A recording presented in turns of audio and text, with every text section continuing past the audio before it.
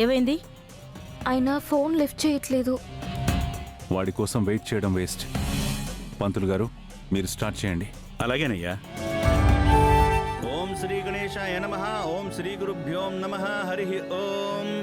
ఓం గణానాన్త్వా గణపతిగుం హవామహే కవిం కవీనాముపమస్రవస్తమం జ్యేష్ఠరాజం బ్రహ్మణాం బ్రహ్మణస్పతాన శృణ్మన్నోతిభిः సీదశాతనం ప్రణో దేవీ సరస్వతీ వాజేభిర్వాజినీవతి. నమః. శ్రీ గురుభ్యో నమః. హరి ఓం. అమ్మా, ఇంతటితో పూజ పూర్తయింది. మొదటి ముత్తైదు వచ్చి అమ్మాయిని ఆశీర్వదించండి. సుభద్ర, ముందుగా నీ చేత్తో నా మునిమనవడికి ఆహ్వానం పలికి ఆ పిల్లని ఆశీర్వదించు. అలాగే అత్తయ్య. గౌతమ్ గారు, ఇక్కడ కార్యక్రమం మొదలైంది. మీ చేతుల మీదుగా అన్నీ చేస్తాను అన్నారు. ఇప్పుడు ఎక్కడున్నారండి? మీరు ఫోన్ ఎందుకు లిఫ్ట్ చేయట్లేదు?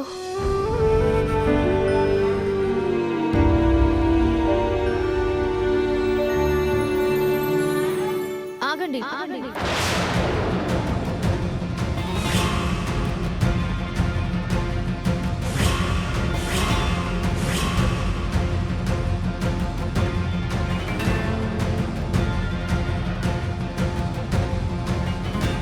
శుభమా అని శుభకార్యం చేస్తుంటే మధ్యలో వచ్చి ఆపుతున్నావేంటి అదితి? చిన్నపిల్ల, తనకు తెలియకపోతే నీ బుద్ధి ఏమైంది యామిని? ఎవరి బుద్ధి ఏమైందో కాసేపట్లో మీకే తెలుస్తుంది. ఇప్పుడు ఆపినందుకు క్షమించండి బామ్మగారు. ఎందుకు ఆపానో తర్వాత మీకే తెలుస్తుంది. ఇంతకీ ఇక్కడ ఏం జరుగుతుంది? కనిపించడం లేదా? సీమంతం చేస్తున్నాం. అవునా? మరి పుట్టబోయేది ఎవరి బిడ్డో, ఏంటి వారసుడో తెలుసుకోవచ్చా?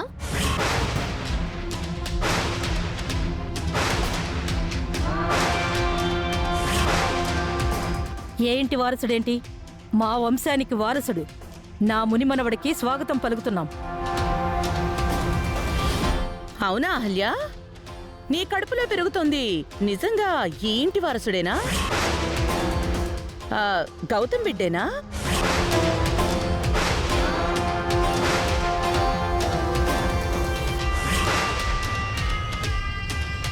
ఏం మాట్లాడుతున్నారు వదినా?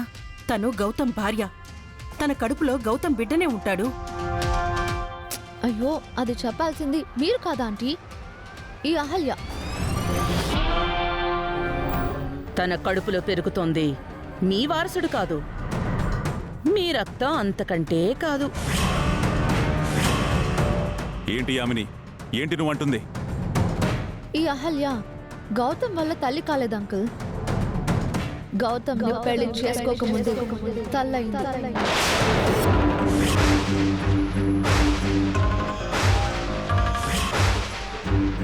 అనవసరంగా లేనిపోయిన నిందలు తనపై మోపకండి.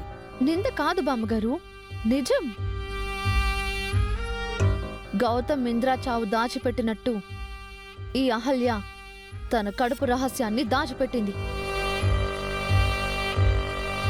మీరందరూ అనుకుంటున్నట్టు ఈవిడ గారికిప్పుడు 5వ నెల కాదు, 6వ నెల.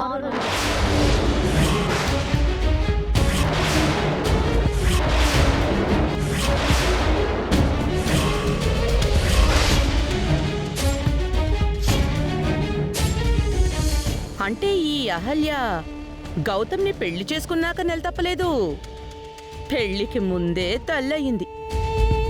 అది కూడా గౌతమ్తో కాదు, వేరే ఎవరితోనో.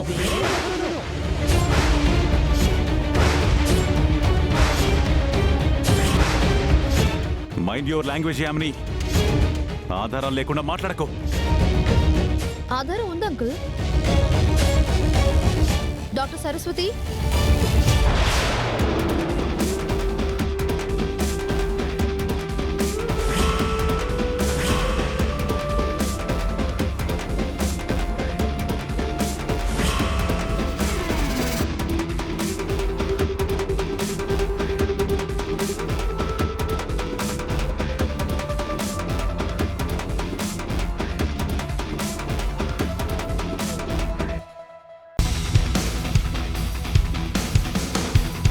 ఈవిడ డాక్టర్ సరస్వతి గారు, శ్రీనగర్లో గైనకాలజిస్ట్. గౌతమ్ అహల్యని జూన్ 26న పెళ్లి చేసుకున్నాడు. కానీ ఈ అహల్య జూన్ 25th ఈ డాక్టర్ దగ్గరికి చెకప్కి వెళ్ళింది. అప్పుడేం జరిగిందో చెప్పండి మేడం. ఈ అహల్య మా హాస్పిటల్కి వచ్చింది. నేనే టెస్ట్ చేసి తను కన్సీవ్ అయింది అని చెప్పాను.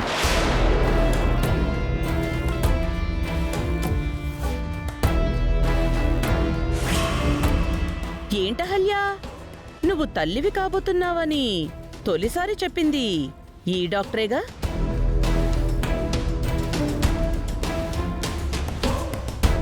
బెల్లం కొట్టిన రాయిలా మౌనంగా ఉన్నావేంటి? నోరు తెరిచి మాట్లాడు. నిజం బయటపడ్డాక ఇంకేం మాట్లాడుతుందమ్మా? ఏంటమ్మా అదితి చెప్పింది అబద్ధమని చెప్పు అహల్య. ఏంటమ్మా ఇదంతా? అసలేం జరిగింది? నిజం చెప్పు. ఏం జరిగిందో నేను చెప్తాను అంకుల్. మా పెళ్లికి ముందు రోజు గౌతమ్ కాశ్మీర్కి వెళ్ళాడు. అక్కడ ఇవిడి గారు ఎవరితోనో కడుపు తెచ్చుకుని వాడు హ్యాండ్ ఇస్తే ఏం చేయాలో తెలియని పరిస్థితుల్లో ఉండగా ఇంద్ర చనిపోయిన బాధలో ఉన్న గౌతమ్ కనిపించాడు. ఏం మాయ చేసిందో కానీ గౌతమ్ని తనతో పెళ్లి కొప్పించింది. తను పెళ్లి చేసుకుంది. పెళ్లి కూతుర్ని కాదు, కాబోయే తల్లినని తెలియక గౌతమ్ తన మెళ్ళో తాళి కట్టాడు. అది జరిగింది. జరిగింది అది కాదు. నేను తల్లయ్యింది చనిపోయిన ఇంద్రగారి వల్ల. ఇంద్రగారికి ఇచ్చిన మాట కోసం చనిపోవాలి అనుకున్న నా కోసం గౌతమ్ గారు నా మెడలో తప్పనిసరి పరిస్థితుల్లో తాళి కట్టారు. తాళి కట్టి నన్ను కాపాడారు. ఈ నిజం ఎవరితోనూ చెప్పొద్దు అని నాతో ఒట్టు వేయించుకున్నారు. గౌతమ్ గారు వచ్చి ఈ నిజం మీరే చెప్పాలి. అప్పటిదాకా నేను నోరు తెరవలేను. ఏంటి, నువ్వు నా మనవణ్ణి మోసం చేసి పెళ్లి చేసుకున్నావా? ఎవడితోనో కడుపు తెచ్చుకుని అది మా కంట కడతావు అనుకున్నావా? మాట్లాడే. అలా మౌనంగా ఉంటే ఏంటి అర్థం అహల్య? ఏదైనా మాట్లాడు. మౌనం అర్ధాంగీకారం అంటారు కదా వదిన గారు. తప్పు చేశానని నోరు మూసుకుని ఒప్పుకుంటోంది. లేదు, జరిగిందది కాదు. మరేం జరిగిందో చెప్పమ్మా. నేను గౌతమ్ గారు వచ్చే వరకు ఈ విషయం చెప్పలేను సార్.